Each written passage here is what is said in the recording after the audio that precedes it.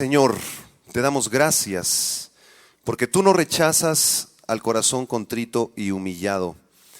Confesamos nuestro pecado, Señor, te pedimos perdón por lo que te hemos ofendido. Perdona, Señor, si en nuestros corazones ha habido murmuración, queja o hasta incredulidad.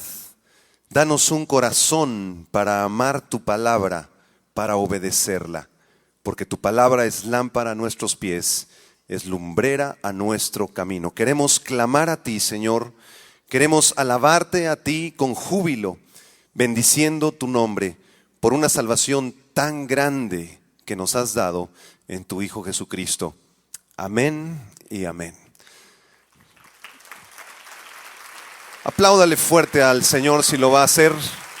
Esta es una mañana de gozo y de bendición. Este es el día que ha hecho el Señor, nos alegraremos y nos gozaremos en el día de hoy. Puede tomar su lugar, muchas gracias. Le suplico que abra su Biblia en esta tarde en el Antiguo Testamento, en el libro de Nehemías. Nehemías, capítulo número 9. Quiero recordarle la historia de Nehemías. Este hombre era copero del rey, tenía una posición privilegiada, tenía vestiduras reales, tenía recursos financieros. Sin embargo, Dios lo llama para regresar a la ciudad de Jerusalén para reconstruir los muros que estaban caídos. Y él, en obediencia a Dios, deja su posición en el palacio real, se quita la capa, se quita los anillos, se quita el oro y va a la ciudad de Jerusalén a reconstruir las murallas. Después de que fueron reconstruidas, en el capítulo número 9, se reúne el pueblo para adorar y bendecir al Señor. Y ese es el texto que nos ocupa en esta tarde. Nehemías 9, del versículo 1 al versículo 6, dice la Biblia: en el día 24 del mismo mes, se reunieron los hijos de Israel en ayuno y con cilicio y tierra sobre sí. Y ya se había apartado la descendencia de Israel de todos los extranjeros, y estando en pie, confesaron sus pecados y las iniquidades de sus padres. Y puestos de pie en su lugar, leyeron el libro de la ley de Jehová su Dios la cuarta parte del día. Y la cuarta parte confesaron sus pecados y adoraron a Jehová su Dios. Luego se levantaron sobre la grada de los levitas Jesúa, Bani, Cadmiel, Sebanías, Buni, Serebías, Bani y Kenani, y clamaron en voz alta a Jehová su Dios. Y dijeron los levitas Jesúa, Cadmiel, Bani, Asabnías, Serebías, Odías, Sebanías y Petaías: levantaos, bendecid a Jehová vuestro Dios desde la eternidad hasta la eternidad, y bendígase el nombre tuyo, glorioso y alto, sobre toda bendición y alabanza. Tú solo eres Jehová, tú hiciste los cielos y los cielos de los cielos, con todo su ejército, la tierra y todo lo que está en ella, los mares y todo lo que hay en ellos, y tú vivificas todas estas cosas, y los ejércitos de los cielos te adoran. Siempre que una persona decide confesar sus pecados y arrepentirse de corazón, alcanza misericordia de parte de Dios. En el mes de enero del año 1697 se llevó a cabo un servicio memorial en el estado norteamericano de Massachusetts para conmemorar los juicios de las brujas de Salem. Salem es un pueblo que está aproximadamente a un par de horas de la ciudad de Boston, en los Estados Unidos. Y en esta fecha de 1697 se recordó que años atrás, 10 para ser exactos, se había llevado a cabo un juicio de unas brujas, unas mujeres jóvenes con sus hijos adolescentes, y se les había condenado a morir acusándolas de brujería, aunque esto no estaba comprobado del todo. Samuel Sewall, quien fue el que condenó a estas brujas a la muerte, después de un tiempo de reflexión decidió asistir a este servicio memorial. La iglesia estaba repleta, quizá como hoy en la mañana está nuestra propia congregación. Y Samuel Súal, este juez que había mandado asesinar a las brujas, traía una carta. Y esa carta se la entregó al pastor para ser leída públicamente. El pastor abrió la carta y dirigiéndose a la congregación, les dijo lo que decía esta carta. Yo, Samuel Súal, sensible a los juicios de Dios sobre mi persona y mi familia, sin importar el rechazo o la vergüenza que pueda venir a mi vida, pido perdón a todas las familias y habitantes del poblado de Salem por las injusticias que cometí hace 10 años y que llevaron a la muerte a 20 personas inocentes. Pero especialmente deseo pedir sus oraciones para que Dios, que tiene autoridad y misericordia sin límites, pueda perdonar este grave pecado que he cometido y pueda recibirme un día como su hijo y darme salvación. Samuel Súal había tenido 14 hijos, él mismo, de los cuales 11 habían muerto después de los asesinatos que él cometió. Y él pensaba que las muertes de sus hijos eran sin duda un juicio de Dios sobre su persona por haber sido tan injusto en ese tiempo. Su única esperanza era confesar sus pecados públicamente y clamar pidiendo perdón y misericordia de Dios, esperando la bendición del Señor, perdonándole sus pecados. Por supuesto, sabemos esta mañana que si el arrepentimiento de este juez fue genuino en aquel lejano siglo XVII, seguramente lo encontraremos un día cuando lleguemos a la presencia de nuestro Señor, porque nuestro Señor es fiel y está dispuesto a perdonar todos tus pecados y todos mis pecados si tan solo nos arrepentimos, confesamos nuestro pecado públicamente y nos apartamos del mal. Como el juez Súal o como aquel ladrón en la cruz que murió junto con Jesucristo, todos nosotros necesitamos perdón y misericordia de Dios todos los días de tu vida, hermano. La voluntad de Dios para nuestras vidas es que lleguemos a ser santos, que lleguemos a ser limpios y sin mancha delante de Él. Que vivamos una vida de oración, de alabanza al Señor y que alcancemos un día la estatura del varón perfecto, su Hijo Jesucristo. La pregunta es entonces, ¿cómo puedo yo vivir una vida de adoración? ¿Cómo puedo yo agradar a Dios? ¿Cómo puedo yo acercarme al Señor y con un corazón limpio y sencillo? En la escritura de Nehemías que acabamos de leer, este pasaje nos presenta 3 actitudes del corazón que adora a Dios. En primer lugar, es un corazón que confiesa sus pecados y se aparta del mal. En segundo lugar, es un corazón que obedece la palabra de Dios, devora la palabra de Dios porque tiene hambre del autor de la palabra. Y en tercer lugar, es un corazón que clama, que alaba y que bendice a Dios en todo tiempo, en las buenas, pero también en las malas. Es un corazón que sabe adorar y exaltar el nombre de su Dios. Regresemos pues a Nehemías capítulo 9 para escudriñar estas 3 enseñanzas que quiero compartir con ustedes. Vean el versículo 1 y 2 del capítulo 9. Dice la Biblia que era el día 24 del mes de Tishri, septiembre u octubre de nuestro calendario actual. Y en este mes de Tishri se reunieron los hijos de Israel. Dice la Biblia que en ayuno, con cilicio y tierra sobre sí. En la tierra de Israel, cuando el pueblo reconocía que había pecado, se vestía de cilicio. ¿Qué es el cilicio? El cilicio era un chaleco que se ponían, que les cubría la parte del pecho y les llegaba un poquito más abajo de la cintura, y era un símbolo de arrepentimiento. Dice la Biblia también que ayunaron y que se echaron tierra sobre sí, porque también era un símbolo de arrepentimiento. Los judíos tomaban tierra del suelo y se la untaban en la cabeza y por toda la cara vestidos de cilicio. ¿Por qué? Porque era tiempo de arrepentirse delante de Dios. Versículo 2. Ya se había apartado la descendencia de Israel de todos los extranjeros y estando en pie, confesaron sus pecados. Diga conmigo, confesaron. Y las iniquidades de sus padres. En otras palabras, Israel en los tiempos de Nehemías estaba reconociendo que le había fallado al Señor en los años pasados. Sabían que había pecado en su vida y que ese pecado tenía que ser perdonado por Dios, tenía que ser limpiado por Dios. ¿Cuáles habían sido los pecados de este pueblo que los llevaran a confesar en el libro de Nehemías hasta los pecados de sus padres?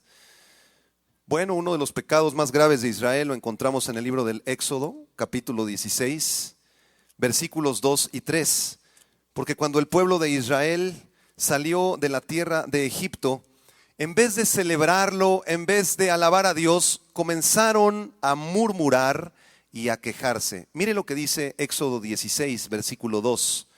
Y toda la congregación de los hijos de Israel murmuró contra Moisés y Aarón en el desierto. Y les decían los hijos de Israel: ojalá hubiéramos muerto por mano de Jehová en la tierra de Egipto, cuando nos sentábamos a las ollas de carne, cuando comíamos pan hasta saciarnos, pues no habéis sacado a este desierto para matar de hambre a toda esta multitud. Uno de los pecados más graves del pueblo de Israel fueron las murmuraciones y las quejas. Después de haber salido de Egipto, después de haber visto el mar Rojo abriéndose en dos, después de haber visto los carros del faraón sumergidos ahí, después de haber visto cómo Dios usó a Moisés para liberarlos, en vez de darle la gloria a Dios, al cabo de unos días comenzaron a quejarse. ¿Cómo es posible? Moisés nos sacó de aquí, allá teníamos comida, allá teníamos pozos de agua, teníamos alimento, aquí es el puro desierto, nos vamos a morir, Moisés no sabe lo que está haciendo. Comenzaron a criticar y a murmurar acerca de Moisés. Y este no fue el pecado más grave que cometieron quizá, porque en el Éxodo capítulo 32, si usted lee todo este capítulo, se va a dar cuenta cómo después de que Moisés estaba en el monte Sinaí, tardó unos días, y el pueblo de Israel se desesperó y comenzaron a construir una estatua, un becerro de oro delante del cual se postraban y lo adoraban a esta estatua, a esta figura. Ese fue un pecado tremendo de idolatría que cometieron en contra del Señor.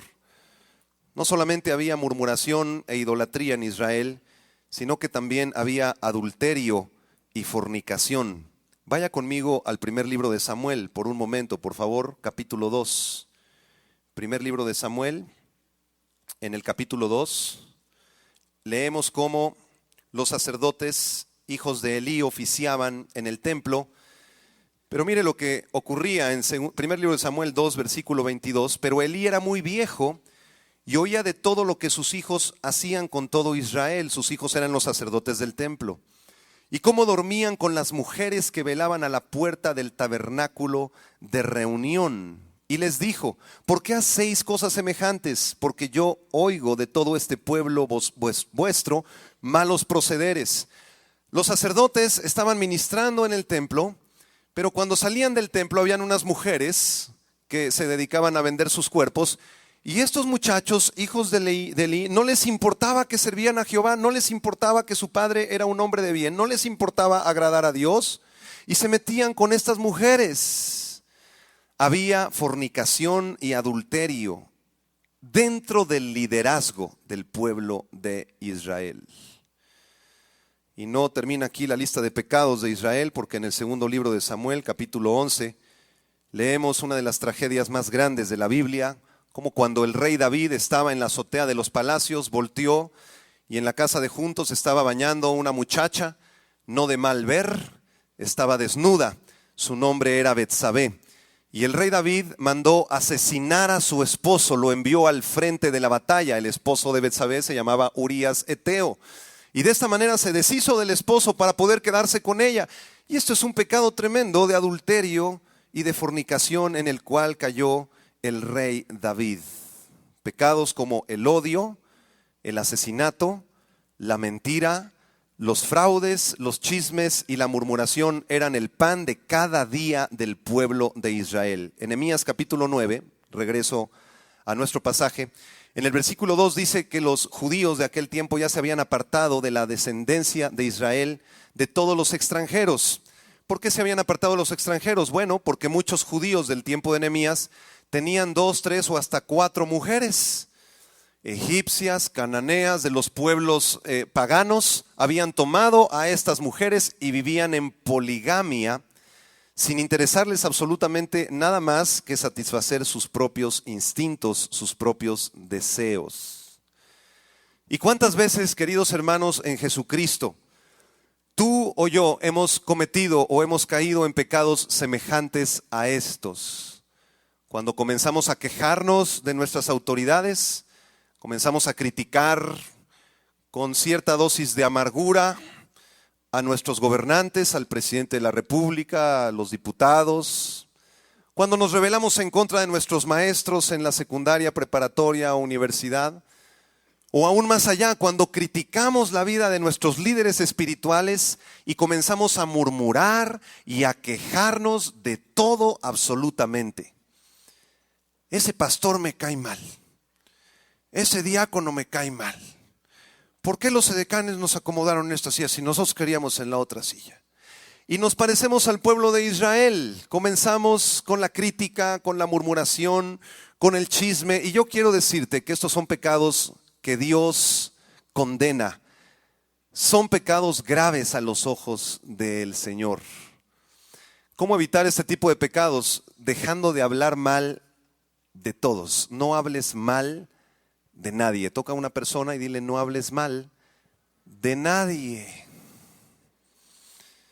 Esa es la manera de evitarlo. Oiga, pastor, pero esa persona fue injusta conmigo. Yo necesito decirle, tengo ganas, ¿verdad? Aquí en la sobremesa de, como decimos, de acabármelo, ¿verdad? Aquí después a la hora del cafecito. ¿Sabe algo? Mire, si usted tiene algo en contra de su hermano, es muy importante que usted vaya con su hermano y que lo confronte en privado. No hable mal absolutamente de nadie. Y si usted tiene que hablar cosas negativas o pecados que usted se ha dado cuenta en la vida de los demás, hágalo en privado, exhorte al hermano en privado. No comience a hablar públicamente de una persona que ni siquiera está presente ahí, porque esto va a traer divisiones, pleitos, contiendas y cosas semejantes a estas. ¿Cuántos de nosotros, como el pueblo de Israel, vivimos en idolatría en otro tiempo? O quizá hemos cometido este pecado de idolatría cuando leemos en Éxodo capítulo 20, que dice la palabra de Dios, que no te harás dioses ajenos delante de mí, no te inclinarás a ellos ni los honrarás. ¿Cuántos de nosotros antes adorábamos un pedazo de papel pintado de una virgen o de un santo? ¿Cuántos de nosotros cargábamos en el automóvil cadenitas, verdad?, para pedirle a Dios que protegiera nuestro automóvil? ¿Cuántos de nosotros fuimos quizá con un hombre algún día y hasta le besamos la mano haciendo señal de reverencia? Esto se llama en la Biblia el pecado de idolatría, porque Dios no comparte su gloria con nadie. Él es el único que merece gloria, honra y alabanza por los siglos de los siglos. Los ídolos tienen boca pero no hablan. Dale un aplauso de gloria si se lo vas a dar. Te alabamos a ti, Señor. Los ídolos tienen boca pero no hablan, tienen ojos pero no ven, tienen oídos pero no escuchan.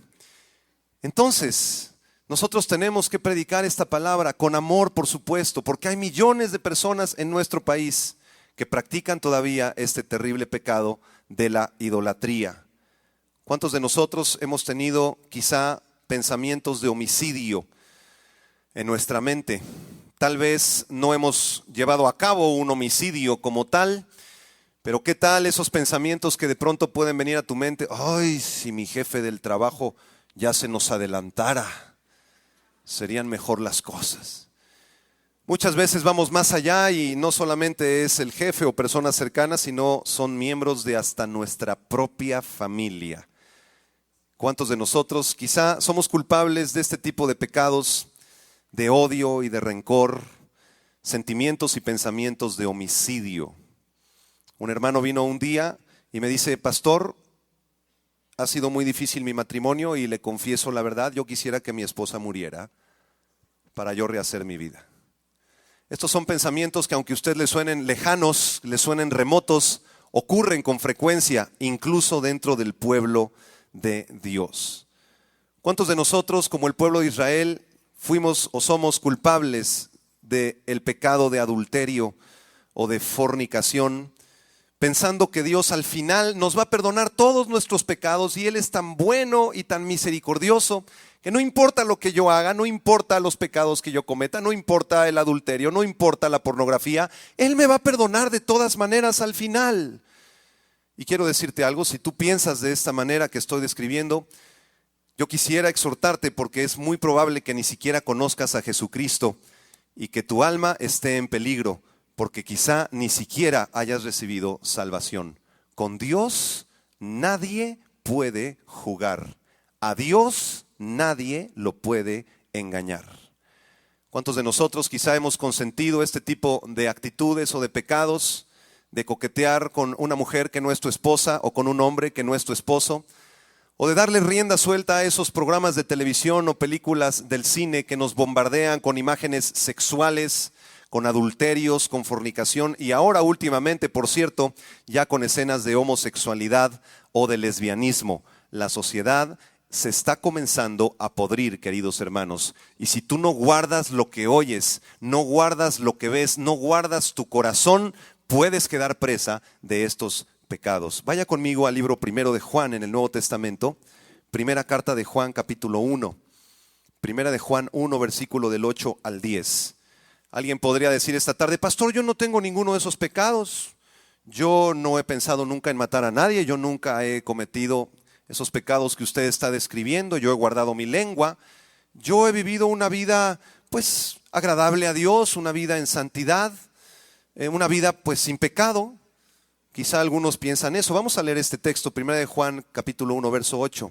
Léalo conmigo, dice: si decimos que no tenemos pecado, nos engañamos a nosotros mismos y la verdad no está en nosotros. Si confesamos nuestros pecados, Él es fiel y justo para perdonar nuestros pecados y limpiarnos de toda maldad. Si decimos que no hemos pecado, le hacemos a Él, a Dios, mentiroso, y su palabra no está en nosotros. ¿Sabes cuánto tienes que pasar con Dios en privado todos los días, pidiendo que transforme tu corazón y que limpie tu mente? Quizá horas.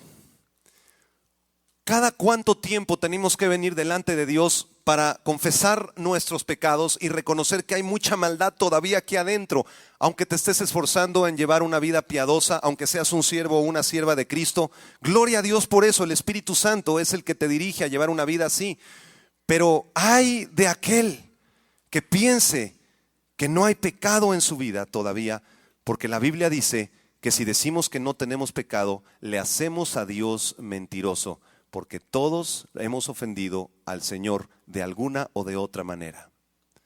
Todos los días, queridos hermanos, y todas las noches, Dios te está esperando para que te acerques a Él con un corazón contrito y humillado y confieses tus pecados. Esta palabra confesar proviene del término griego homologeo, que significa homologar. En otras palabras, reconocer con Dios lo que es pecado. Lo que a Dios le llama pecado, yo lo llamo pecado.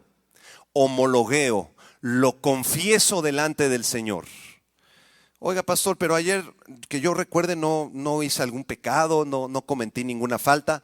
¿Sabes una cosa? El salmista escribía al Señor y le decía: ¿sabes qué, Señor? Líbrame de los pecados que me son ocultos.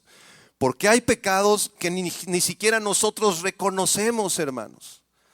Cuando venimos en ayuno y en oración delante de Dios, es como cuando en un quirófano un cirujano comienza a hacer una operación para extraer un tumor de cáncer. Y no es sino hasta que abre el cuerpo y comienza a escudriñarlo que puede sacar ese tumor cuando queda expuesto el tumor. Porque a simple vista ese tumor no se ve. Es lo mismo con el pecado en nuestros corazones. Señor, quizá yo no alcanzo a ver cosas, pero vengo en ayuno y en oración para que tú hagas una cirugía mayor en mi alma. Y cuando usted se mete en ayuno unos días y en oración, Dios, a través de su palabra y de su Espíritu Santo, deja expuesto todavía áreas de tu vida que tienen que cambiar. Deja expuesto pecados, deja expuesto malas intenciones del corazón. Quedas expuesto ante Dios.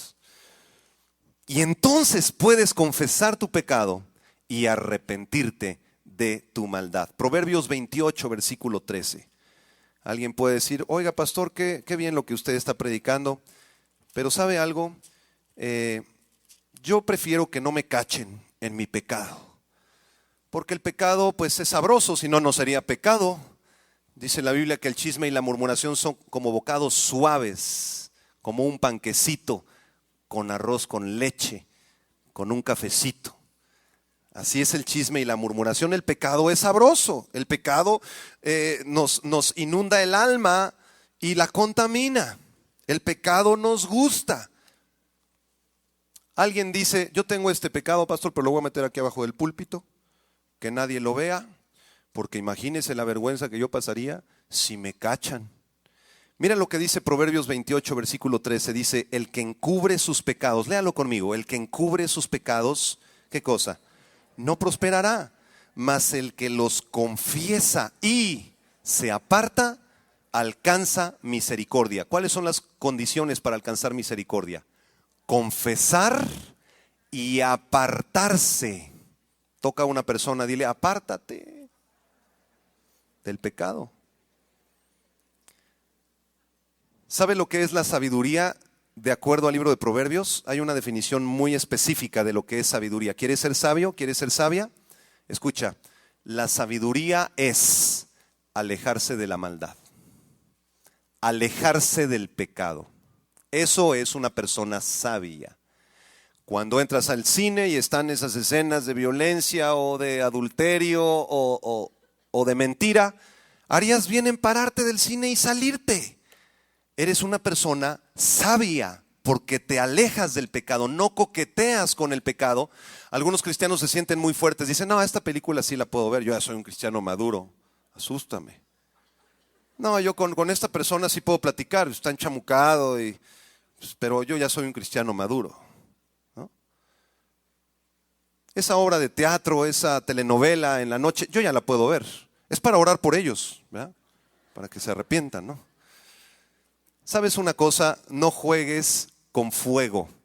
Dice la Biblia, si tu mano derecha te es ocasión de caer, córtala, échala de ti, porque más te vale entrar sin una mano al reino de los cielos que completito ser echado al infierno. ¿Qué nos quiere decir la Biblia? Que nos alejemos del pecado, que confesemos nuestras faltas y entonces alcanzaremos misericordia. Diga conmigo misericordia. Esta es la manera que Dios ha dispuesto que nosotros podamos ser perdonados de nuestros pecados, que los confesemos y que nos apartemos de inmediato. Escucha, hay personas aquí que tienen amistades, que quizá ya les has hablado de Cristo y no quieren recibir al Señor y ellos están siendo mala influencia para ti. Muchachos, señorita que me escuchas, te están invitando quizá, ¿verdad?, a que vayas ahí a ese antro, al reventón del viernes o del sábado, que agarres esas cervezas o ese alcohol y el cigarro y que comiences a hablar puras sandeces. Este tipo de personas, si no quieren recibir a Cristo, dice el Señor, aléjate de ellos. ¿Qué estás haciendo con esa gente? ¿O qué? ¿O no eres cristiano? Porque a lo mejor no eres cristiano todavía y te gusta eso. Amas más al pecado que a Dios. Y como amas más al pecado y el Señor no te interesa su palabra, la tienes allá arrumbada hasta con telarañas la Biblia en tu cuarto, y nunca te disipulas y nunca sirves en la iglesia, el mundo te va a comenzar a jalar. Tú tienes que hacer una decisión hoy. Que no estamos hablando de cosas, digamos, superficiales, estamos hablando de cosas absolutas. O eres hijo de Dios o no lo eres. O estás en el reino de luz o no lo estás, punto. No hay términos medios en la Biblia. El Señor te está esperando a ti y me está esperando a mí, que vengamos como el pueblo de Israel, confesando nuestros pecados. Escucha, si tú confiesas tus pecados de corazón y te apartas de ellos, tu comunión con el Señor se restaura. Comienzas a entender mucho más de la palabra, te da un hambre por venir a los discipulados, te da un hambre de escudriñar la Biblia, te da un hambre de escuchar conferencias cristianas, te da un hambre de Dios, porque te estás alejando del pecado y te estás acercando a Dios. Sin embargo, si tú decides no confesar tus pecados, tu relación con Dios, ¿qué cosa? se rompe. Tu relación vertical con Dios se rompe cuando hay pecado. Si tú vienes a confesar tus pecados, tu relación vertical con Dios es la correcta. Y escucha, porque aquí vamos a tocar un tema muy especial. Si tu comunión vertical con Dios es la correcta, tu comunión horizontal con tus hermanos en Cristo debe ser la correcta también. Es como un río. Viene el agua del Espíritu Santo, te inunda, te limpia y la compartes. Y estás bien con todo mundo, con tu familia, con tus amigos, con los pastores en la iglesia, con tus amistades. Tienes relaciones correctas en lo horizontal. Pero escucha, si hay alguna relación en tu vida que está rota en lo horizontal, si hay amargura, si hay resentimiento, si hay odio en tu corazón, entonces tu relación horizontal está rota, por lo tanto tu relación vertical también, aunque digas que no. El otro día un hermano me dijo, no, yo estoy bien con Dios, que se mueran todos los demás, yo estoy bien con el Señor, ¿verdad? Señor, te alabo, te adoro. Como aquella historia del hermano que estaba cantando la alabanza, ¿verdad? Yo te busco, con sus manos extendidas, grandote así como yo, como de 2 metros. Yo te busco. Y de repente llega un hermano chaparrito, y se paró así junto a él en la silla de junto. Y de repente se tropezó tantito el chaparrito y le dio un codazo al grandote. Hazte para allá, infeliz, que quién sabe qué. Yo te busco. Este es un ejemplo para ilustrar que si tu relación horizontal con tu prójimo está rota, tu relación vertical con Dios seguramente también está rota. Mira esta verdad en el Evangelio de Mateo, capítulo 5. Mateo 5, versículo 21. Y aquí vamos a tocar fibras sensibles del corazón. Quiero que tome esta palabra como de parte de Dios, porque yo pienso que a la mayoría de nosotros, si no es que a todos, nos viene muy bien el saco de este pasaje. Mateo 5, versículo 21, mire lo que dice. Oísteis que fue dicho a los antiguos, ¿qué cosa? No matarás, y cualquiera que matare será culpable de juicio. Pero yo les digo que cualquiera que se enoje contra su hermano será culpable de juicio. Y cualquiera que le diga necio a tu hermano será culpable ante el concilio. Y cualquiera que le diga raca, en el griego, fatuo o tonto, quedará expuesto al infierno de fuego. Verso 23. Por tanto, si traes tu ofrenda al altar y allí te acuerdas de que tu hermano tiene algo contra ti, deja allí tu ofrenda delante del altar y anda, reconcíliate primero con tu hermano y entonces ven y presenta tu ofrenda. Muchos de nosotros traemos ofrenda al Señor los domingos. Y no solamente las ofrendas monetarias, traemos ofrendas de alabanza, ¿no es cierto? Ofrendas de adoración, ofrendas, nuestro propio cuerpo lo entregamos en sacrificio vivo, santo y agradable a Dios. Traemos nuestras ofrendas también, ¿verdad? De dinero, de lo mucho que el Señor nos ha dado y las depositamos como una ofrenda de todo nuestro corazón. Pero escucha lo que dice la Biblia, oído. Si vienes a la iglesia a entregar tu ofrenda, pero te acuerdas que tu hermano tiene algo contra ti, ¿qué dice la Biblia? Deja ahí tu ofrenda. Más te vale ese día buscar a tu hermano y reconciliarte con él que venir a presentar tu ofrenda con un corazón lleno de rencor. Pregúntale a la persona que está al lado, ¿a quién traes atravesado? Muchas veces fuimos ofendidos, nos sentimos lastimados, ¿no es cierto? Quizá tu mejor amigo te traicionó, tu novia te dejó, se fue con alguien más, el esposo se fue de la casa y nos sentimos traicionados porque todos hemos ofendido de palabra o de hecho, dice Santiago. ¿Qué pasa con esto entonces? No, pastor, yo ya no voy a buscar a esa persona que me lastimó. Yo ya la solté en el nombre de Jesús y yo estoy bien con Dios. No dice eso la Biblia. La Biblia dice, ve, preséntate con tu hermano y reconcíliate con él. Pastor, es que esa persona vive en Indochina Oriental. Escríbele una carta. Para pretextos, somos especialistas luego, ¿verdad? Oiga, pastor, pero esa persona fue la que me ofendió. Él tiene que venir aquí y pedirme perdón, aquí que se postre aquí, que me diga, perdóname. Él fue el que me ofendió. ¿Sabes una cosa? Aunque haya sido esa persona la que te ofendió, tú tienes que pedirle perdón a esa persona. ¿Por qué? Por el rencor y la amargura que le guardaste por años. Si tú estás peleado con tu padre, con tu madre, con tus hermanos o con tus abuelos, reconcíliate de inmediato. Humíllate delante del Señor, porque el que se humilla será, ¿qué cosa? Exaltado. Pero el que se exalta en su orgullo será humillado. Esta es una ley en la Biblia. Confesaos vuestras ofensas unos a otros y orad unos por otros para que seáis sanados. La oración eficaz del justo puede mucho. Vamos a hacer una práctica. Yo te voy a pedir que las dos personas que tienes al lado tuyo voltees y le digas, perdóname por favor, hermano, si en algo te he ofendido. Es nada más un ejercicio para empezar. Las palabras más difíciles, ¿verdad? ¿Y sabes algo? Nos cuesta trabajo decirlo. Aquí no nos cuesta tanto porque ni conoce a la mejor a la persona que está. Pues perdóname, hermano. No importa, ¿verdad? Pero ¿qué me dices que se lo tengas que decir a papá? O a tu hermano que hace 9 años no lo ves porque se pelearon en aquella cena navideña. O a tu hijo que se fue de la casa y ya no lo quieres recibir de regreso. ¿Quieres que haya sanidad en tu vida y vivir una vida en libertad en Cristo? Confiesa tus pecados, apártate del mal, reconcíliate con tu hermano y tu vida va a ser plena en Cristo Jesús.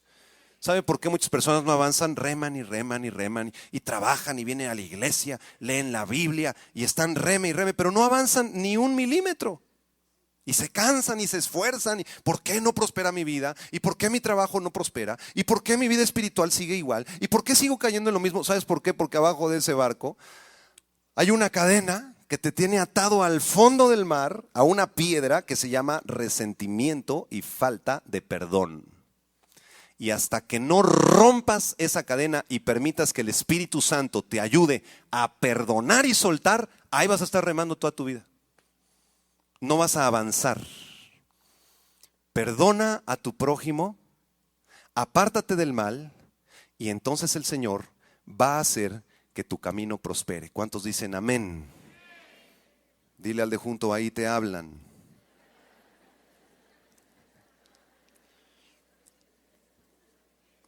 Regreso a Nehemías, por favor, en el capítulo 9, en el versículo 3. Esa es la primera actitud del corazón que agrada a Dios, un corazón contrito y humillado, un corazón que confiesa sus pecados e incluso los de sus padres, Ojo, si tus padres o tus abuelos no eran cristianos, tú tienes que orar, Señor, perdona estos pecados de mis ancestros. Perdona los pecados de idolatría que se llevaban a cabo aquí en la Nueva España en el siglo XVI, cuando Hernán Cortés entró por Veracruz y se encontraba en cada pueblo. En Cozumel, por ejemplo, cuando llega Cortés, entra a uno de los templos de los mayas y se encuentra una carnicería ahí. Como 4 o 5 jovencitos y otras 4 o 5 señoritas destazados, les sacaban el corazón, lo ofrecían a sus ídolos y luego les cortaban los brazos y las piernas y se los comían. Era un pueblo caníbal, idólatra, tremendo. Y esos son nuestros ancestros. Y ¿sabe una cosa? Dice la Biblia que las maldiciones generacionales o los pecados generacionales van pasando de generación hasta la 3ª y 4ª generación, dice la Biblia. Entonces, si usted lucha con algún pecado, usted nos explica por qué tengo estas ganas de mentir, por qué tengo que hay algo en mi carne que me lleva a eso. Pueden ser los pecados de tus antepasados y tú tienes que doblar rodilla y pedir perdón por esos pecados también para que Dios te haga libre, porque para eso vino Cristo, para romper el yugo de la esclavitud. ¿Cuántos hemos pedido perdón por los pecados de nuestro pueblo, de nuestro querido México? Levanta tus manos, toda la iglesia, di: Señor, aquí está mi vida, te confieso mis pecados, perdona, Señor, todas las veces que te he ofendido y límpiame con tu sangre preciosa.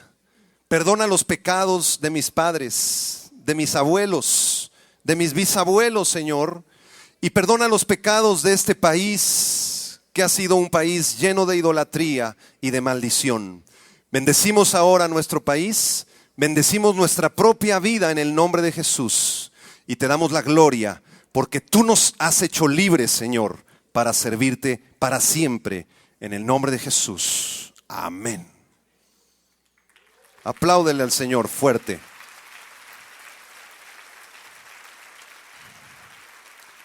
Regrese a Nehemías un momentito que le voy a explicar las otras dos actitudes muy rápidamente. Nehemías 9, versículo 3, dice la Biblia: puestos de pie en su lugar, leyeron el libro de la ley de Jehová su Dios, la cuarta parte del día. Este término día se refiere al periodo de 12 horas aproximadas, desde donde sale el sol hasta que se mete. Entonces, si estuvieron leyendo la Biblia la cuarta parte del día, esto nos arroja un cálculo de 3 horas. Estuvieron leyendo la palabra 3 horas. Y después dice que la cuarta parte del día confesaron sus pecados. Otras 3 horas se la pasaron confesando sus pecados nada más. ¿Cuántos de nosotros hemos apartado, si acaso 10 minutos, ¿verdad?, para leer la Biblia? Estos hombres tenían hambre de Dios. Imagínense 3 horas. ¿Qué más dice? Léenos aquí, por favor, Esdras. ¿Qué dice Éxodo? ¿Qué dice Levítico? ¿Cuáles son las promesas? Léenos un salmo, léenos proverbios. Tenían hambre. Y después de esas 3 horas, Padre, te confesamos nuestro pecado de idolatría. Hemos sido unos fornicarios, hemos sido unos adúlteros. Perdónanos, Señor. Clamaban a Dios por perdón otras 3 horas. ¿Cómo está tu vida de oración y de estudio de la palabra? Porque sabes una cosa, si tú pasaras 3 horas, no al día, quizá a la semana, buscando la presencia de Dios, tu vida sería transformada.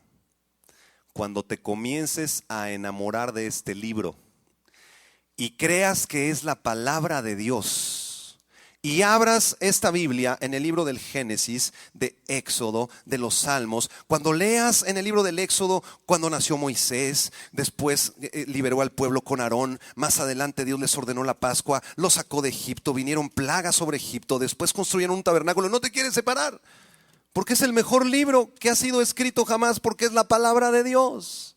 Fue escrito por Dios. Levanta tu Biblia, ¿puedo verla? Así manténla tu Biblia.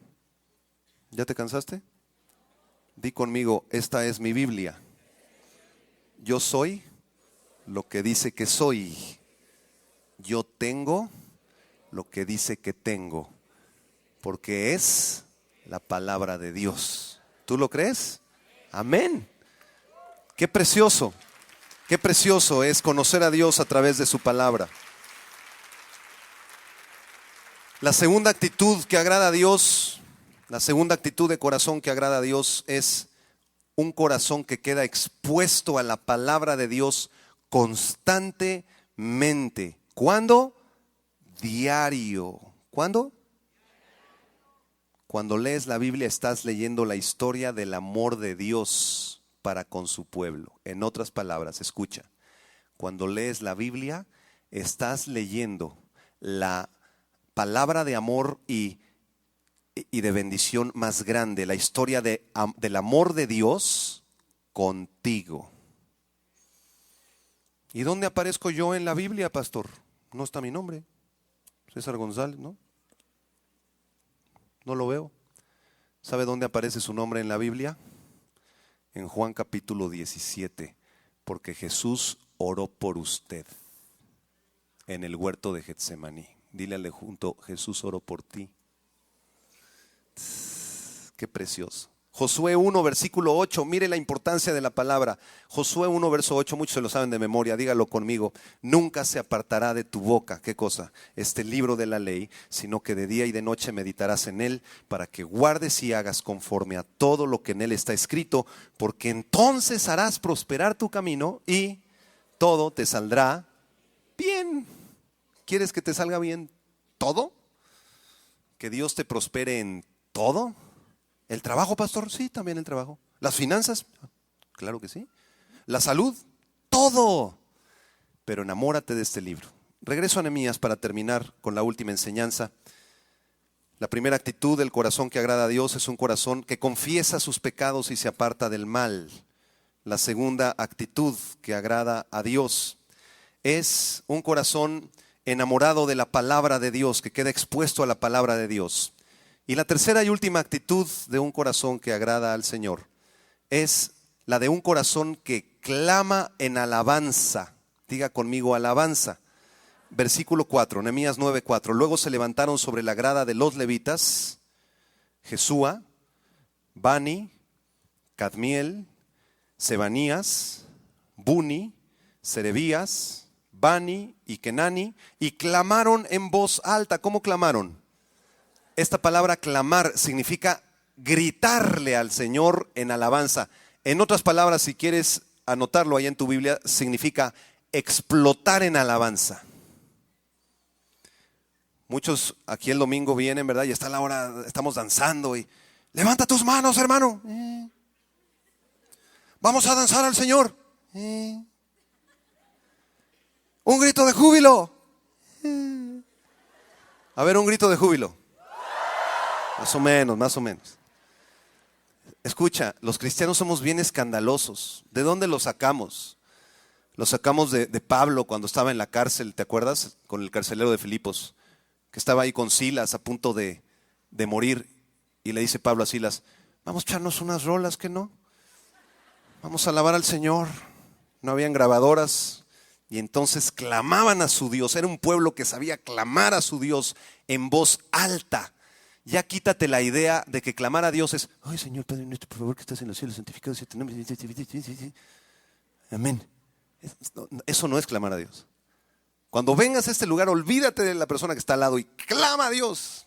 Y levanta tus manos porque Dios te está sanando, te está liberando, te está diciendo lo que tiene para tu vida cuando tú lo alabas y lo exaltas y no te importa absolutamente nada de lo que hay a tu alrededor. Los directores de alabanza les decían al pueblo en el verso 5, levantaos, bendecid a Jehová vuestro Dios desde la eternidad hasta la eternidad, y bendigas el nombre tuyo, Señor, glorioso y alto, sobre toda bendición y alabanza. Diga conmigo exaltando a Dios el versículo 6, que es una oración preciosa. Dice, tú solo eres Yahweh, tú hiciste los cielos y los cielos de los cielos con todo su ejército, la tierra y todo lo que está en ella, los mares, todo lo que hay en ellos. Tú vivificas todas estas cosas y los ejércitos de los cielos te adoran para siempre a ti, Señor. Eso es explotar en alabanza y decir, tú eres mi Dios, Padre. Tú creaste los cielos, tú creaste las estrellas, creaste las galaxias, creaste los planetas, los sistemas solares, creaste todas las criaturas vivientes del cielo y de la tierra, todos los animales que se arrastran. Siempre que vamos mi novia y yo a algún centro comercial, a ella le gustan mucho las tiendas de animalitos. Entonces puede pasar y ver ahí un San Bernardo, mal encarados de los boxers, ¿no? Los cachorritos. Y nos podemos quedar ahí una hora, porque nos maravilla ver la creación de Dios. Cuando volteas y tienes la oportunidad de salir al bosque, no aquí en el DF, que ni se ven, de milagro se ve la luna, ¿verdad? Salte al bosque un día, aparta un tiempo para conocer a Dios, porque Dios te habla a través de la creación. Cuando ves un pajarito con su pico ahí volando y trae, ¿verdad?, la lombriz a los otros pajaritos, se las da de comer, la guarda aquí en el buche y dice, ¿qué no vales tú mucho más que las aves? Cuando ves toda la creación inmensa en el espacio exterior, hay un telescopio de los americanos que tienen en órbita que se llama el Hubble.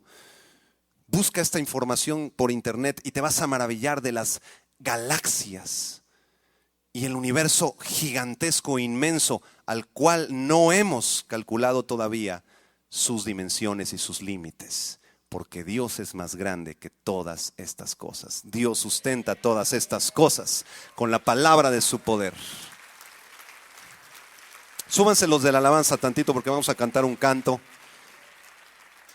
Mire, la Biblia en este pasaje de Nehemías capítulo 9 termina en el versículo 5 y 6 con una lista de nombres. Si tú estás embarazada o embarazado con tu esposa y todavía no tienen nombre para tu bebé, pues ahí te van unas ideas. Jesúa, Cadmiel, Serebías, Kenani, Sebanías. Vente a desayunar, Saba. ¿Verdad? Tan raros los nombres, ¿no? Son nombres hebreos, no son comunes para nosotros. Pero sabe una cosa, con esto termino. Atrás de cada nombre, escondido, está un motivo de adoración y alabanza. Escuche, Jesúa, Yeshua, significa Él es salvo. Jesúa levantaba sus manos, decía: gracias, Padre, porque soy salvo. Bani significa uno que es levantado o edificado. Bani levantaba sus manos, decía: Señor, antes yo era un mentiroso, era un borracho, era un adúltero, pero tú has levantado ahora mi vida en la roca, que es Cristo. Y le daba gloria a Dios. Cadmiel, escucha lo que significa: Dios es el anciano de días. La Biblia describe a Dios como un anciano sabio, lleno de poder y de sabiduría. Sebanías, madurado por Dios. Buni, levantado por Dios. Kenani, protegido de Dios. Kenani levantaba sus manos, decía: Señor, tú eres mi protector, tú eres mi escudo y mi fortaleza. Hasbanías, recompensado por Jehová. Odías, Jehová es mi majestad. Y el que más me llamó la atención de estos nombres es el nombre de Petaías. ¿Sabe lo que quiere decir Petaías? Libertado por Yahweh, libertado por el Señor. Petaías levantaba las manos y decía: Petaías, gracias, Señor, porque tú me has liberado, tú me has sanado, Señor, tú me has dado salvación.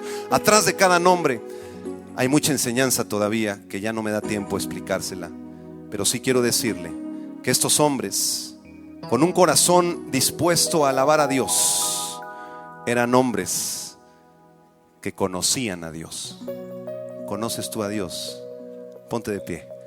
Vamos a terminar exaltando y alabando el nombre de nuestro Dios. Hay un canto que dice: te doy gloria, te doy gloria. Alabad a Jehová desde los cielos, alabadle en las alturas. Alabadle vosotros todos sus ángeles, alabadle vosotros todos sus ejércitos. Alaben al Señor sol y luna, alábenle vosotras todas lucientes estrellas. Alabadle cielos de los cielos y las aguas que están sobre los cielos. Alaben el nombre de Yahweh, porque Él mandó y fueron creados. Los hizo ser eternamente y para siempre. Les puso ley que no será quebrantada. Alaben al Señor desde la tierra, los monstruos marinos y todos los abismos. Alaben al Señor el fuego y el granizo, la nieve y el vapor, el viento de tempestad que ejecuta su palabra, los montes y todos los collados, el árbol de fruto y todos los cedros, la bestia y todo animal, reptiles y volátiles. Alaben al Señor los reyes de la tierra y todos los pueblos, los príncipes y todos los jueces de la tierra. Alaben al Señor los jóvenes y también las doncellas, los ancianos y los niños. Alaben el nombre de Yahweh, porque solo su nombre es enaltecido. Su gloria es sobre la tierra y cielos. Él ha exaltado el poderío de su pueblo. Alábenle todos sus santos, los hijos de Israel, el pueblo a él cercano. Aleluya, Señor. Vámonos, muchachos. Dale un aplauso de gloria a Dios. Y vamos a dar un grito de gozo y júbilo.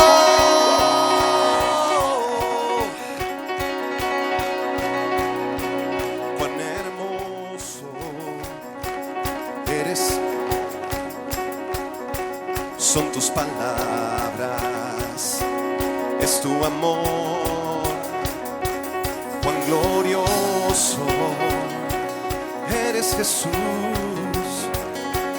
es tu poder, fue tú. Levanta tus manos y dilo: la que me salvó,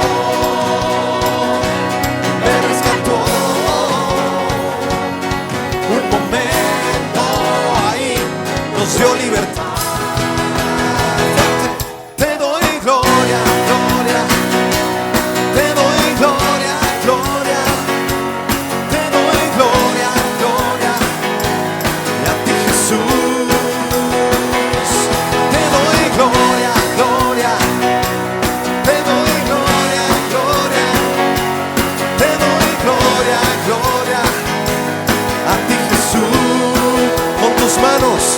Cuán hermoso eres, Jesús, son tus palabras. Te amamos, Señor, y es tu amor.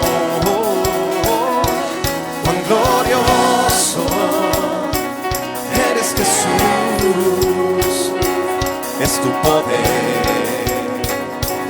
Fue tu cruz la que me salvó,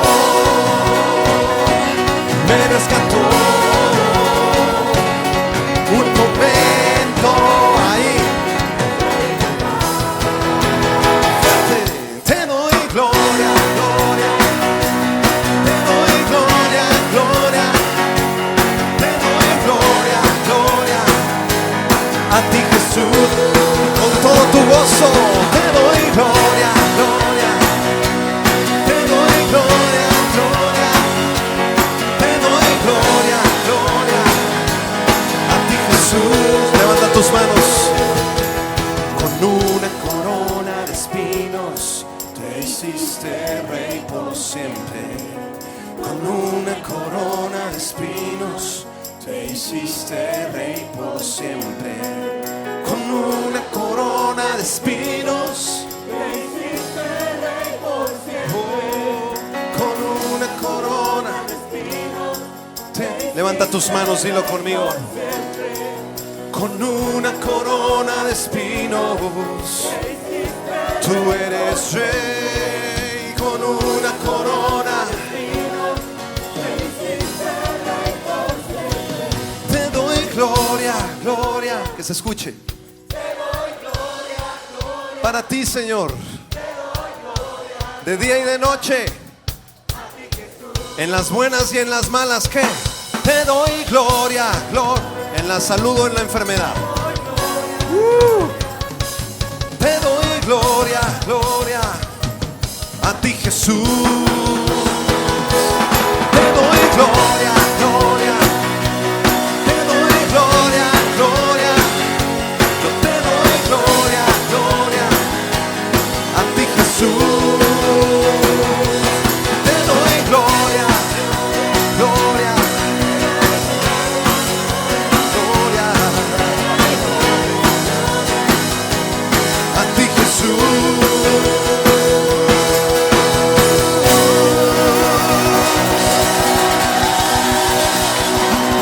Dale la gloria.